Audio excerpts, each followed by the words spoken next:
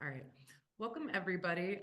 Thank you so much for joining us today for today's Bridge Lunch Break event. My name is Jackie Garrett, Fund Development Associate here at Bridge, Michigan, your source for nonprofit, nonpartisan news in Michigan. In this event, we'll take your questions about the changing deer hunting landscape here in Michigan. Our special guest panelists will include Chad Stewart, who's the Deer, Elk, and Moose Management Specialist at Michigan DNR, and Todd Johnson, the Director of Advocacy for the Michigan National Deer Association State Council. Our environment reporter, Kelly House, and our breaking news reporter, Janelle James, will be moderating this discussion. Our conversation will begin in just a moment, and Kelly and Janelle will start the discussion with questions for our panelists. And then after that, we'll turn to your questions that you submit during this event. Please type any questions you have for our panelists into the chat window at any time. And if you're not a panelist, please remain muted throughout today's discussion. We are recording today's conversation and it will be posted on Bridge Michigan this week. You can subscribe to our newsletters by visiting www.bridgemi.com and then click subscribe. Events like this one are made possible by the support of Bridge members. And if you'd like to join this membership community, we will drop a link to do so in the chat. And one last reminder, please do stay muted throughout the conversation. I'm now going to pass it over to Kelly and Janelle to get us started. Well, thank you, Jackie, and thanks everyone for being here. As mentioned, this is a conversation about the changing landscape for deer and deer hunting in Michigan. So I want to start with Chad.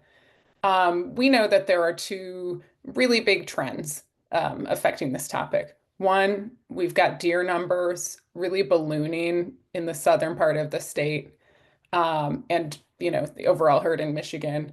And we've got hunter participation declining at the same time. So they're on sort of this collision course. Can you lay out what the trends look like and also what's driving them? Yeah, sure. I guess first I'd like to thank Kelly and Janelle and Bridge for hosting this. I think this is a great opportunity to talk about deer sort of more broadly. So thank you for hosting this opportunity, this session. Yeah, when we talk about deer management, Kelly, I think the way you put it was really apt, that deer management is really complicated. In southern Michigan, we are seeing certainly increasing trends, very different in the Upper Peninsula where we're seeing declining trends. So understanding that nuance in regionally talking about deer management is important. But yeah, the things that are driving the trends in Michigan, certainly southern Michigan, our deer population is really showing some increasing trends. Now, we don't have population estimates to go off of, but we're seeing increases in terms of some of the conflicts that we tend to measure, whether it's deer vehicle collision, crop damage complaints. We're seeing increases in or decreases in overall antlerless harvest, while maintaining, generally speaking, consistent or even increasing trends in antlered harvest. That generally supports increasing trends. And what's driving that largely is just general deer population, deer biology. White-tailed deer are prolific breeders. They can start breeding as early as 7 or 8 months. Usually, if those fawns that you see in June, which are only 7 or 8 pounds, kind of wobbling around on weak legs, if they get to be about 80 pounds by the winter time, they can actually come into estrus and be bred and have fawn their first year. Typically, once they get to be about 2 years old, especially females in really good condition, are having 2 to 3 fawns annually. And then there's no reproductive senescence with white-tailed deer, female white-tailed deer. So however long-lived they will be on the landscape, they are going to continue to have 2 or 3 fawns every single year. So their population is built to grow very quickly. And the way that we've historically managed white-tailed deer is through hunting. And our hunter numbers, as you referenced, are declining. Since 2000, we've lost almost 250,000 hunters in the state of Michigan. We had well over 700, almost 800,000 deer hunters at that point. And at one point, we were right around 1 million deer hunters, even before that. Last year, we were at about about 515, 520,000 deer hunters afield. And we expect that those numbers will continue to decline over the coming years because we have far more hunters in their 60s and 70s than we do in their teens and 20s. So without that influx of new hunters into our population, we're going to continue to lose hunters, and that's going to put more of an emphasis on management on those remaining and fewer hunters that we have in the state.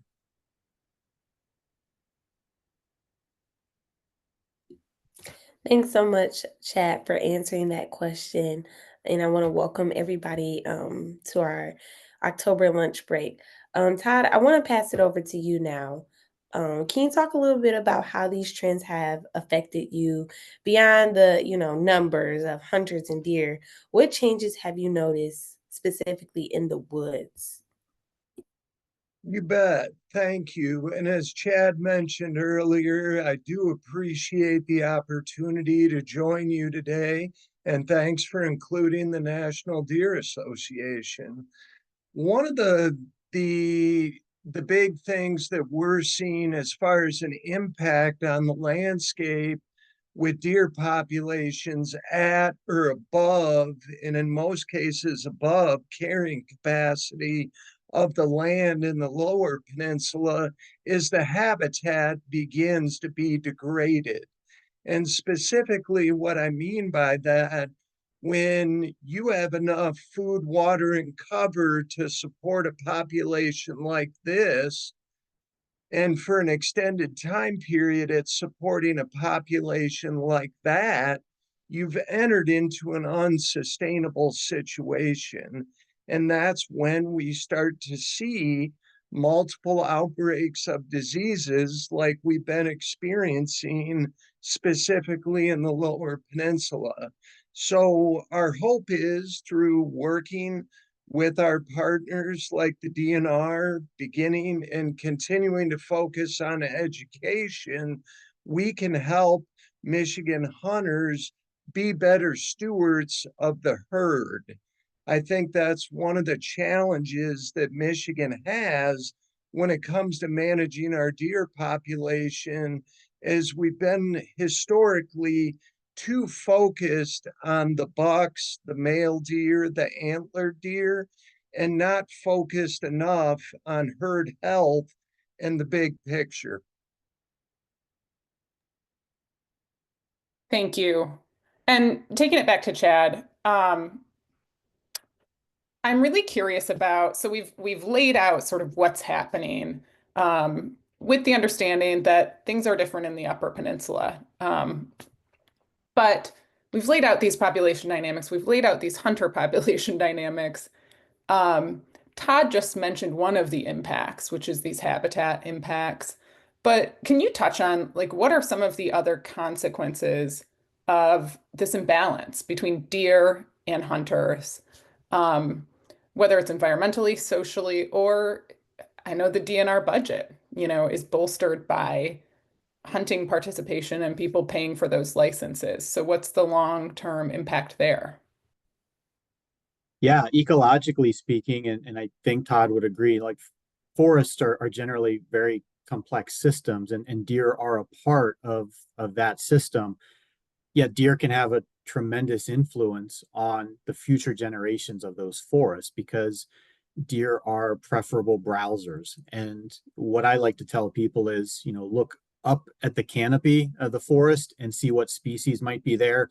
Now look down on the floor and see which ones are regenerating. And in areas with overabundant deer, you'll tend to see that the number of and the types of species of trees that are regenerating are tend to be very unpreferred types of browse, and often are very different than the canopy species. So deer have the ability to impact the forest successional pathways that might occur normally. They can change the species composition and the diversity within those forests. I've been in several forests in the north where you just see a blanket of bracken fern. Ferns are very unfavored forage for deer, and they tend to crowd out some of the regenerating species. So what might look like a really interesting forest is actually a really sort of a wasteland for wildlife, because you don't see the type of species richness and diversity that would be necessitating a healthy understory. But there are other things to consider as well. When you talk about these healthy understories, you're talking about homes for other species as well. So specifically things like ground nesting birds. There have been research that have been attributed declining populations in areas with deer overabundance, because what happens is the habitat is no longer suitable to raising clutches of future of these birds. They're either more susceptible to nest predation, or the structure just simply isn't there. So there have been documented declines in certain species of understory ground nesting bird nesting success rates in areas with high deer numbers. Additionally, we know that certain insects are expanding their range. We know that ticks are expanding into, and different species of ticks are coming into and spreading throughout Michigan. Deer are part of the host of that life cycle that many these ticks go on. So the concern about the incidence of Lyme disease increasing, the concern that the presence or the potential spread of things like Lone Star ticks eventually into the state of Michigan, which carry a disease called alpha-gal, which makes you basically allergic to like a red meat. There's concerns with that, and deer are part of that life cycle.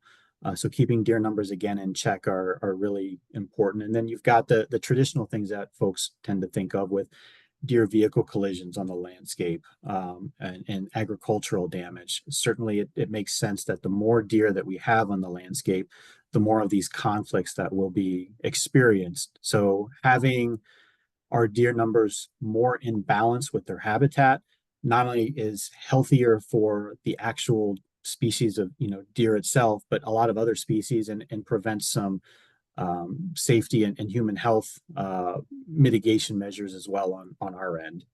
And then Kelly, you had mentioned, you're right, most of a lot of the funding that comes in through Wildlife Division comes from our hunters, and not only in terms of license sales, but the Pittman-Robertson excise tax that's applied to ammunition, weapons that are purchased as well. So our hunters are largely funding conservation. With the decline of hunter numbers, that certainly goes into the limitations that ultimately develop out of the DNR budget, and what we can and can't do in terms of responding to certain public expectations in terms of management.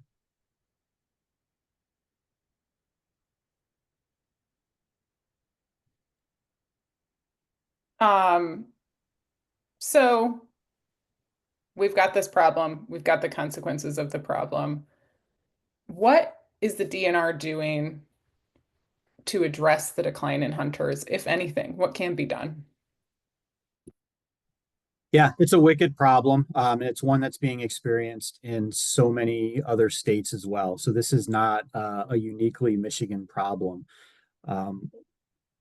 Regulatory wise, we've tried to incentivize younger hunters, newer hunters getting into the sport of deer hunting. We've got discounted youth licenses. We've got what we call an apprentice license, which allows new hunters to go out with a mentor before they have to go through any type of hunter education. So it's sort of an opportunity to try out hunting with a qualified mentor. And if you like it, then you can go through the hunter education piece and start doing this more on your own. We also have various programs that we've supported in the past, various field to table, becoming an outdoor woman. All of these programs, are meant to try to expose individuals to hunting and try to recruit hunting. The wicked problem is that it's really difficult to scale these programs to offset the total number of hunters that are we see leaving the state or getting out of hunting over recent years. So that's one of the bigger issues that we have is, hosting a program or trying to get folks involved. A class might be 20 individuals, but we might be losing thousands of individuals every year because they're just simply aging out. So that scalability of our recruitment efforts is really quite challenging. Thanks, Chad, for answering that question. I want to loop in Michigan hunter Mounir Awad in this conversation. Thank you for joining us today. Um, from a hunter's perspective, what are some things that you think about before deciding, you know, where exactly you want to hunt? And if there's anything the state can do, in your opinion, to keep hunters in Michigan? Number one, can you hear me? Yep. Good, good. Number one, the hunting in Michigan is the most beautiful. I don't know if you girls ever been in the woods in October 1st or in November. The scenery, the trees, the smell, it is gorgeous and it is beautiful. And I thank the DNR for, they do a great job. They help us out a lot. Every once in a while, we run into a young DNR that he wants to rule the world, and we calm him down. We'll tell him, son, just calm down. We got the license. Just be patient. My uncle is 89 years old. He'll eventually find the license. So, so now we make sure our uncle got his licenses, and we make him practice. But other than that, the only thing, I know there is diseases, I know there is hunters, lack of hunters. I am a DNR. I sell a lot of licenses in my business. And we got like 2 locations that we sell licenses. It is declining. The youngsters are not with the program. They want to drink. They want to act like fools. They don't want to go to the outdoors and enjoy what Michigan got to offer, which we have the most beautiful fishing, hunting. I would love to live outdoor the rest of my life without any issues. So what I have to say is we need to advertise. We need the basic license, the base.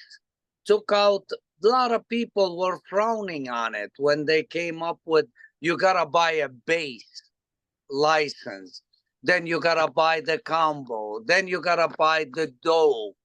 Before he walks out of the store, he's already into it, $100.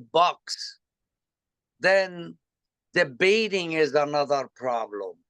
A lot of people, since they banned baiting, they don't want to go hunting. They got no way. They don't know how to bring in the deer without baiting. How you can, you go to the natural. They don't know. They think they make a pile of bait, the more the better. And if they put corn, carrots, sugar beets, that's when the deer is going to come. Then I'm going to have a successful hunt. So We need to, I'm go sorry. ahead, I'm sorry. We need to get the booklets, and we need to put in the booklets of the DNR some kind of a couple of pages. Number one, we need to get the booklets before bow season. So they'll know the rules. They don't keep coming to me and say, what is the rules this year? Well, the booklets got printed last week, and we're going to get the booklets next week. Well, we almost at gun season. We lost a month and a half, So that's one issue. And I would love to write a page or two, or the DNR is the most qualified. Hey, you don't need to bait. You can do this. You can look for scrapes. You can look where there are normal ways, and set up your blind. And then you collision course with the deer these. So I'm curious, you just touched on, I think everyone here has touched on one glaringly obvious stat, which is, hunting participation is declining in large part because young people are not picking up the sport, at least not in the numbers they historically have. Chad, you mentioned a couple of things that DNR is doing to try to address that. For the hunters in the room, I'm curious, have you taken upon yourselves to try to encourage a new generation, and how is it received? Well, the way I encourage young people, I'm gonna show you a little view. I hope you guys can see it. Above my cash register, all the youngsters will come in and take pictures with them. If you look at me, look behind me. Can you see the 3 deers? Can you see them? Okay, now I'm gonna show you another view. Look on this wall. Can you see the whole wall? How many deers on this wall?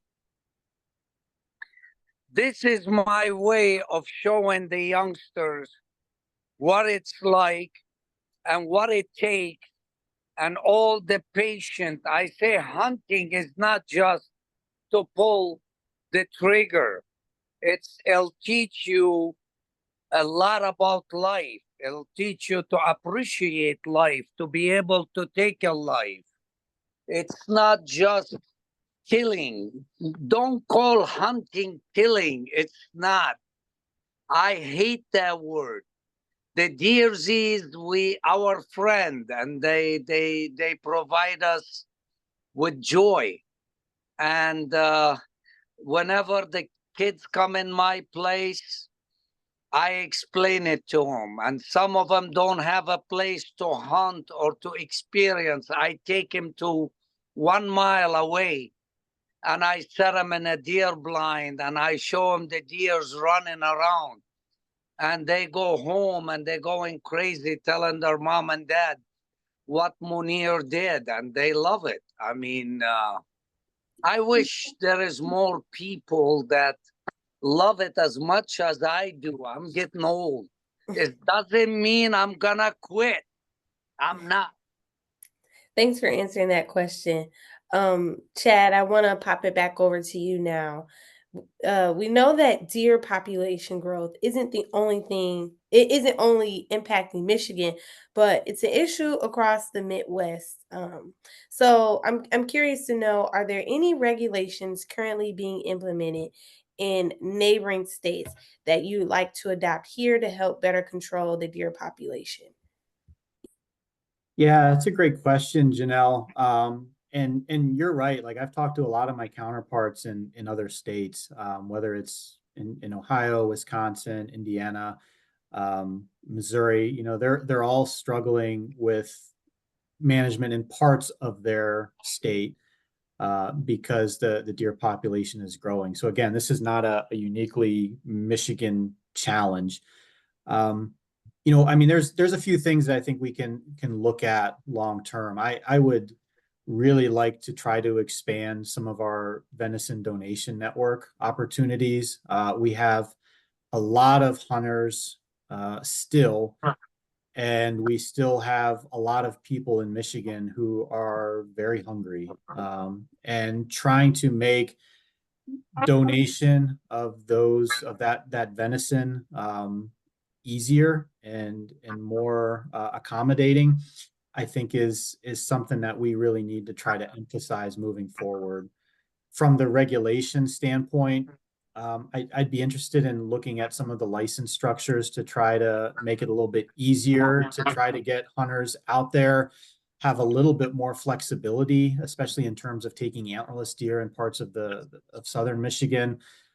There's one regulation that has sort of caught my eye in Virginia, and this was discussed earlier this year with a group of citizens and stakeholders that we're serving in terms of an advisory capacity. It's generally sort of affectionately called an earn a second buck. So it's more of an emphasis on harvesting an antlerless deer before you were able to get that second antler deer, because as Todd mentioned earlier, rightly so, there is an intense focus in Michigan on antler deer, and we need to try to pivot that more towards antlerless deer a little bit more. A true earn a buck regulation has proven to be very unpopular in other states, but there are some states that have worked with an earn a second buck regulation that have proven to be fairly supportive and fairly impactful in terms of helping to manage populations in certain areas. So certainly I don't think that would be a statewide trend or even potentially a lower peninsula regulation, but if there's a way to customize that to the areas that are most impacted, I think that's something worth pursuing. The only other thing I would add is we need to try to facilitate private land access a little bit better. There's a lot of conflict on private land in southern Michigan, and trying to develop some type of program that sort of match makes people who want to shoot deer but maybe not have the access to private land to areas where we know that deer populations are abundant is an approach that I think is caught a lot of people's eye, and we need to try to explore that a little bit more. Go ahead, Todd. You bet. So Hunt Michigan Collaborative is one initiative that the NDA is working very closely on, and it addresses the gap that Chad just mentioned. In some areas of southern Michigan, we're struggling to connect the hunters with the deer. So it's an organization that focuses on eliminating those barriers. And I also can't say enough positive about Sportsmen Against Hunger and the importance of that program in meeting our harvest goals in the state of Michigan. We have a lot of Michiganders that are hungry. Most food banks will tell you that the perishable protein is the most expensive piece in their offering. And so the harvested deer, the venison, is an unbelievably healthy choice in that space. So it's a real win-win situation that we need to go ahead and continue focusing on and growing. And then finally, I would echo Chad's words of regulatory change. Earn a second buck, as he brought up, was very popular throughout the DMI process and was part of the recommendation for the Lower Peninsula. What it does is that avoids the downfall that we saw in Wisconsin when they went to a more traditional earn a buck regulation. This allows hunters to harvest one antler deer, but they must engage in antlerless harvesting before they're afforded the opportunity to go after another antler deer. And I would argue that that is exactly what the state of Michigan needs to help our hunters focus more on the herd and not just one specific piece. So I'm curious, Chad, I was glad you brought up land access, because I hear that a lot from hunters themselves saying, you know, you can tweak the regulations all you want, but if all of us are congregating on, you know, a piece of state land in the same area, like we might be feeling scarcity, even if there's this huge herd, you know, wandering around private farm fields elsewhere. But I'm also curious about, there's this other piece of hunting access and, you know, basically deer existing in places where hunters probably can't reach them. And that's the suburbs. I've had people email me saying, you know, I've had deer in my backyard constantly. What can I do? Many communities don't allow, you know, shooting firearms out your back door in the suburbs. What's the conversation look like there about controlling deer herds in those kinds of places where there's just not really any hunting land of any kind to speak of? Yeah, Kelly, you're absolutely right. One of the biggest challenges with deer management is that they're not distributed evenly across the landscape. So what winds up happening is you have areas with too many deer, areas with maybe not enough deer, and in some areas it seems just about right. We kind of call it the Goldilocks scenario, um, and typically we start to see a lot of these suburban and exurban areas start to experience really uh, fast increases in deer population and corresponding conflicts.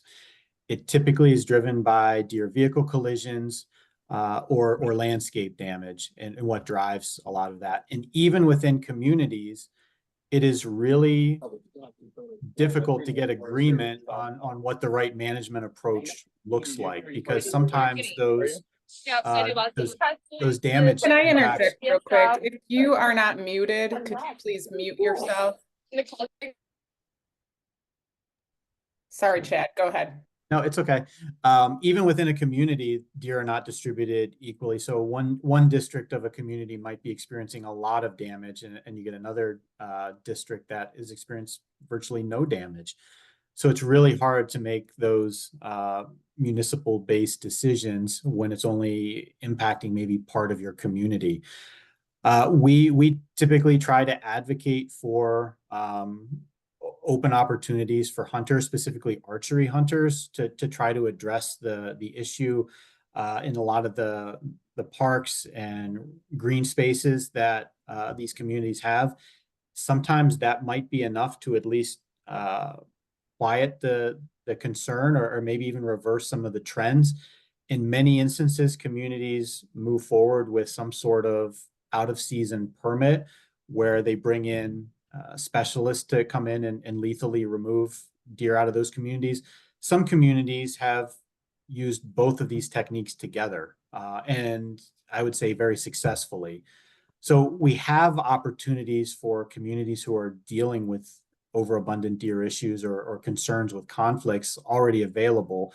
And we're actually trying to work with several communities in the Southeast and even in the Southwest to sort of develop these regional plans.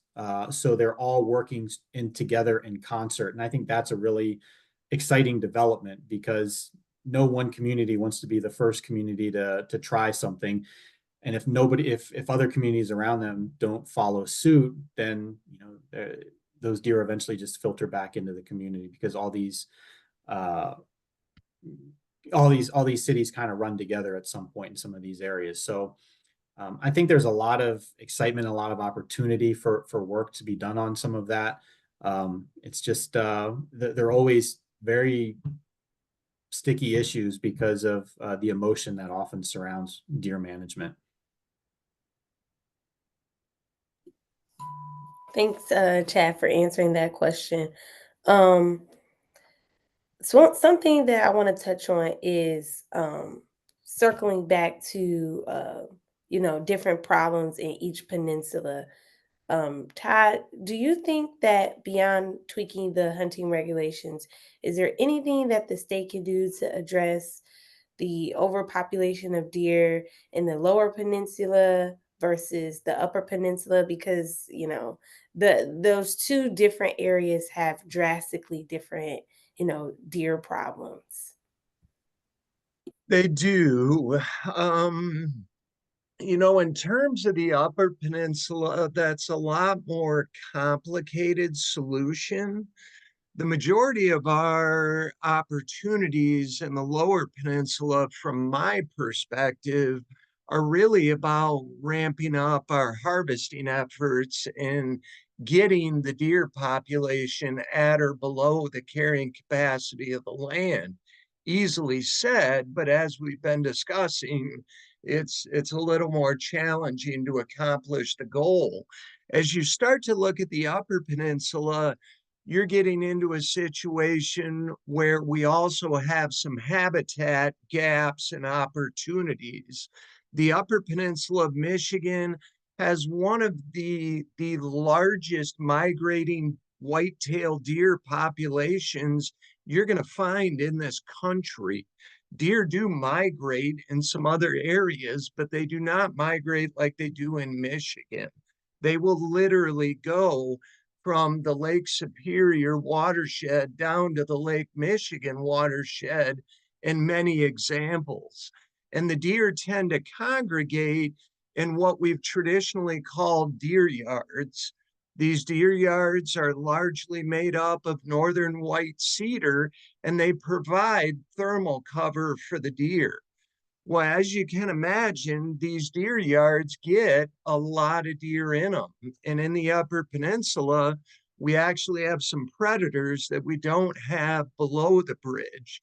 So when you congregate prey in a known location and you have a absorbent amount of predators, I don't think I have to connect the dots any further than I already have. So the regulatory opportunities in the Upper Peninsula, from my perspective, would extend beyond the deer. And then we also have some habitat opportunities that the DNR and industry and private landowners, the three of them do collaborate and have for decades. And I think that there's opportunity for more of that in order to get our Upper Peninsula deer herd back to the state of affairs that the hunting public would like to see. So I know we have a lot of audience questions and we want to try to get to some of them. I want to just ask one more question from us to Mounir, because we've noted that, there's this ongoing push to not only try to figure out how to, change where we're applying pressure to deer and how to deal with the population problem, but to recruit more hunters into the woods. And part of that has involved trying to expand the pool of hunters beyond, the older, whiter demographic that sort of dominates the sport today. And Mounir, you were featured in a story that one of my colleagues did about efforts to diversify the ranks of deer hunters. What do you think would help on that front? You know, people are not what they used to be. I mean, seriously, 10 years ago, 20 years ago, when you used to say, let's go to have a deer camp, I couldn't, everybody was like scrambling. They want to go to deer camp. It's so much fun. The food is delicious. I'm the best cook. And the week you spend in the woods, I can't even describe. But these kids, they got these computers and they got these games and they got this thing. I can't get the kid off the stupid monitor watching and playing. And I tell you what I think would be the greatest. We need to make a program where we'll take one DNR and we'll recruit 50 kids. Number one, we'll show them the DNR is not your enemy. He is your friend. He's trying to give you the best hunt that you can have, but you got to stay within the rules. And the rules are simple. They are not so difficult. They don't have like crazy rules. The rules are simple. Follow the rules. I mean, they are simple rules. But I think if we make a clinic with one DNR, let's, for instance, my community in Davison, and we bring the DNR, which we know a couple of them, they've been around forever, and we'll take him to our private land, we'll walk him through, we'll show him what it's like, and we'll show him where the deer is and all that, and get him motivated. We got to do something. We can't just sit and say, well, I did my best. Well, your best ain't good enough. I'm sorry. I think clinic, I think give them a free tag, make a draw, Every 10 people, the 10th person or the 100th person can have a free tag.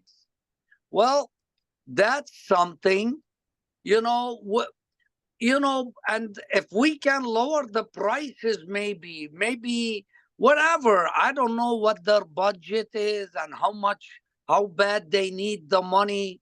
I'm just talking, like throwing ideas that I'm grasping, like we are drowning and we think there is a rope, but there isn't no rope.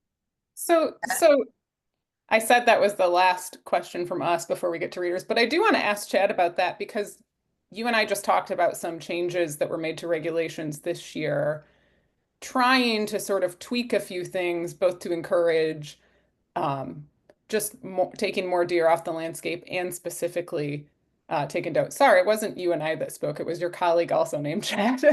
But can you give just a really quick, I mean, I know there were lots of changes, but some of the tweaks that were made this year to offer those discounted licenses late season and sort of offer other opportunities for people to be targeting more does.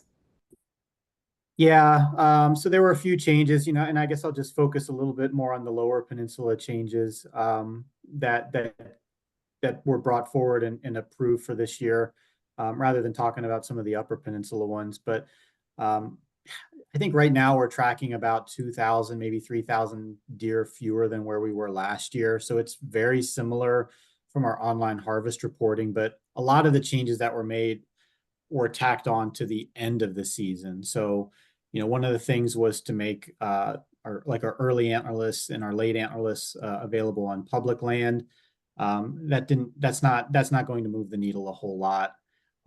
We expanded our archery season in several counties, especially in the southeast, but also in Kent County through January 31st. That obviously hasn't taken effect yet. And then we've got this extended late antlerless season, which now has a $5 discounted license that will start to be sold on December 1st.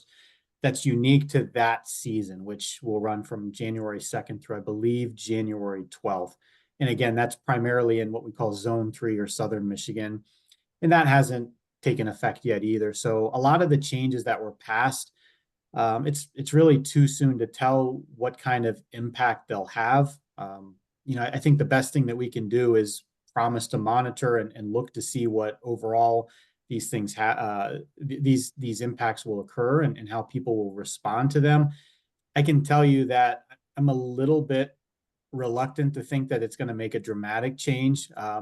We tend to go through this vicious cycle of increasing the number of deer that can be available, increasing the time that hunters can hunt, increasing the types of weapons or seasons that might be available. And then we kind of complete that circle and then we redo it again. And what we find is we get this diminishing returns, what occurs. So the longer you give in terms of season length, the more deer that a hunter can take. Once it reaches a certain threshold, the management impact tends to be fairly negligible. And I generally think that we've probably reached that. So continuing to expand beyond that threshold probably doesn't have a whole lot of management level impact, but I'm happy to be wrong about that if I'm proven wrong later this January and we find out that this was sort of the missing ingredient that turns our fortunes around. But I guess I have some hesitancy with putting a lot of my money to bet on something that will happen. Thanks, Chad, for answering that question, and thank you to our panelists. We have a couple of more reader questions that we want to ask you before we send you all out to the woods to hunt. No, I'm just kidding. But we're going to ask you some reader questions. So first thing I want to ask is one reader asks is, what can be done to help venison donation programs for the Southern Lower Peninsula? And can the legislator help fund these? Yes. The legislature is helping fund it. Specifically, Senator Cherry, I'll give him a plug right now. he was a champion getting more funding to go ahead and purchase refrigerated trailers and things of that nature to go ahead and expand the crop damage permit system and make sure that we have an ability to remove those deer and then safely get them into that donation program. So I would argue the legislature and the DNR has been helping us in this space. And I know NDA appreciates everything that they've done, especially this year. I want to, several people have asked questions that sort of tackle a similar question that I'm sure is lingering in the minds of many, which is what happens if these trends continue and recreational hunting is, basically no longer able to be that population control measure on deer.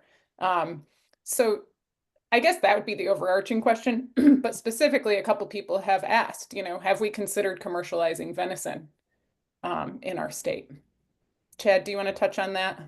I can try. I mean, it's the $1 million question, right? Like, yeah, unless we can prove that we're effectively managing our resource, and again, like it's important to point out that there's differences within the state where that gradient occurs, but we do have parts of the state that are extremely challenging to manage our whitetail resource, and in some places I don't think we're doing a very good job of it in terms of overall numbers management, population management.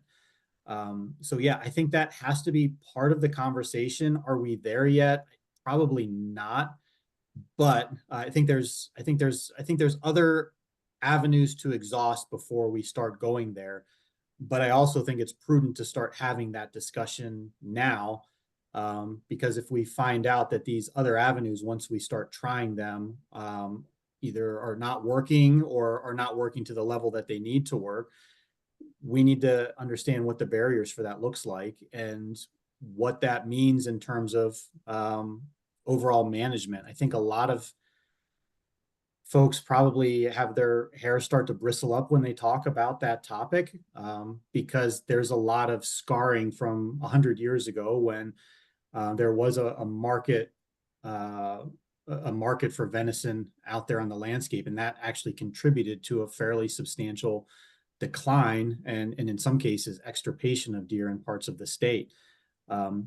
But the conversation wouldn't exactly turn to exactly what existed would be 100 years ago. It would be something different that had a lot more regulatory teeth and oversight compared to what was done in the past. But I don't think we're there yet. I think there's other things that we can and should be trying first, but I think it's also important to start broaching those questions and asking these things, because if these other items are not successful, then that's certainly one of the options that people are going to continue to look forward. And the fact that it's being brought up by several people already, Kelly, sort of indicates that there's a concern on the landscape for the number of deer and a need for more intensive management. Speaking of landscape, we had one reader from the UP ask, what can be done about the deer that are destroying all of the outside planting and becoming more aggressive when they walk? Yeah, so I'm going to assume that this is probably in a residential area, and certainly those deer in these residential areas tend to exhibit a little bit more tolerance towards people, and in some cases aggression, especially as it relates to like younger dogs or smaller dogs, especially during the fawning season. We typically talk about exclusion of some of these plants, knowing which plants really can't be planted in these areas. Then we talk about overall management of the deer or the population itself. That's something that is generally handled at the community or city level. So we are happy to engage if this is a broader discussion beyond this individual's house with the community leaders that may want to pursue any type of community-wide based deer management. Other than that, you're looking at sort of private property and exclusion, taking things down like bird feeders, which may attract deer to your area, or if you have people that are nearby neighbors who are putting food out for deer that are attracting them to that area, having a conversation with them to try not to attract deer to that area is also an option that's worth pursuing. One thing we haven't really touched on yet, but that a couple people have touched on in reader questions, is the concept of deer disease. One person is specifically asking about the impact to herd due to EHD or blue tongue, but we've got a couple of other diseases out there that have really been on people's radar in recent years. Yeah, what are the potential impacts of disease on deer herds? Anyone want to take that? I can start and others can fill in if they have concerns on their end. Yeah, so right now the one that's dominating conversation, at least this year, especially in southwestern Michigan, is what we call epizootic hemorrhagic disease, or EHD. That is a disease it's a viral disease that's transmitted by a biting midge, one of those no-see-ums. It's very seasonal in nature. I suspect that transmission is probably stopping now, because what happens is once you get a really hard frost, those midges die off, and that shuts down the transmission cycle of the disease. So we shouldn't be seeing any more deer this year dying from hemorrhagic disease, but it was a substantial impact this year, and deer numbers were greatly reduced locally because of this outbreak. So that has absolutely an ability to reduce deer numbers very quickly, and it's very jarring for many people that recreate in the woods, because they can smell the dead deer on the landscape, and it impacts the deer numbers for potentially several years. That being said, it's a viral disease that's seasonal and cyclical in nature. So the last time we had a major outbreak was probably about 12 years ago. So what we tend to see within a couple of years is herd recovery. And the deer herd in a couple of years will be fairly similar to what it was previously.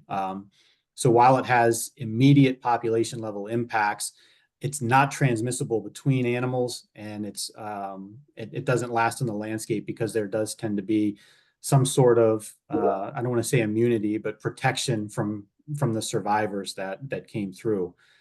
That's going to be something we deal with in the future in other parts of the state as well. So that's going to happen. It's going to be cyclical, but deer herds do rebound from that. Chronic wasting disease and bovine tuberculosis, in my mind, are two greater threats, because sticking with bovine tuberculosis, we've been dealing with that for 30 plus years. That is considered a zoonotic disease, and that has the ability to impact our agricultural industry, specifically our cattle and dairy industry, significantly. So keeping our deer as TB free as possible is a statewide priority, and certainly a priority between the DNR, the Department of Agriculture, and the Department of Human Health and Services. All of us are very invested in that. And that has been a challenge, because it just tends to persist and is very difficult to eradicate. That is a bacterial infection. Chronic wasting disease is a completely other animal. That is a disease caused by a misfolded prion, which prions we all have in our body. They're proteins, and that has the ability to persist in the landscape for years. And it is transmissible from deer to deer, and from deer to environment to deer. And what we tend to see is slow, continual spread of chronic wasting disease on the landscape where it becomes established. Now, there's been no confirmed concern with human health associated with chronic wasting disease, but there are experts that are concerned that maybe one day it could get to that way, because it's in the same family of diseases as mad cow. So our goal is we don't have a solution for chronic wasting disease, but Our goal right now is to try to minimize the area that's impacted and keep the number of deer that are infected at a minimum as what we can accomplish. So those are our goals. And yes, I would expect CWD to expand in future years, because that's just how that is operated in other states until we find a better solution to actually manage for that disease. And I'm happy to pass it over to Todd or Mounir if they have concerns of their own on those topics. Well, I would Thank just you. add to what you said, Chad, and I definitely think, again, this is where having the population at or below carrying capacity of the landscape is huge. We've driven down the prevalence rate of TB as a prime example in the Northeast as we began to get a handle on the deer population in that neck of the woods. But when these diseases pop up in areas of overpopulation, that's when you have some of these very catastrophic events like we're seeing in Southwest Michigan. Thank you. And I know we're running out of time. I Oh, go ahead. I just wanted to touch on something, not about the diseases, they covered it all. About the controlling and the donation for poor people with the deer.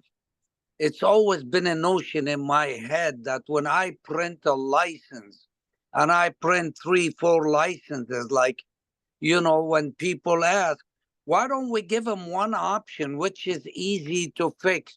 Donate a deer. Get a license for $10 or whatever that suits the DNR. But at least it makes it legal to shoot a deer, a doe, no box, just a doe, and make it legal to process it and give it away to a family that needs the meat. Like every time if you go kill a deer and process it and try to donate it, you're going to get in trouble because it is illegal according to the rule. So I figured if you want to get rid of the things, you sell an extra license, maybe at a discount, that doesn't matter, but it matters to, and then it's legal to carry that box around Christmas time and set it on a porch where they need the food, and you're hitting 3 birds, 1 stone. DNR made their money. It's all legal. You helped the family to eat for Christmas, and you took out 1 extra deer from the overpopulated herd. It's a win-win-win situation. Thanks, Mounir. And I just want to mention we've got to wrap it up now. There are a lot of questions we didn't get to, but I see a ton of chatter in the chat about what distance is legal for shooting deer in residential areas. And I just want to mention, and maybe it's already been mentioned here, but there's a state, regulation there, but many local communities also enact their own regulations around shooting bows or firearms. So make sure to check with your local government too, if you're considering that. Thank you to our panelists. I want to kick it back to Jackie to close us out, but thanks to everyone who joined in today as well. Thank you all so much. Thank you to Chad, Todd, and Mounir, as well as Janelle and Kelly on today's lunch break. I would like to give everybody a reminder here that we will be posting a recording of today's program on Bridge Michigan's website, app, and social media channels this week. And our elections results focused special lunch break will be next Wednesday, November 6th at 12 p.m. So please do keep an eye out for that one as well. Again, thank you all so much for being here and have a wonderful rest of your day. Bye, Jackie.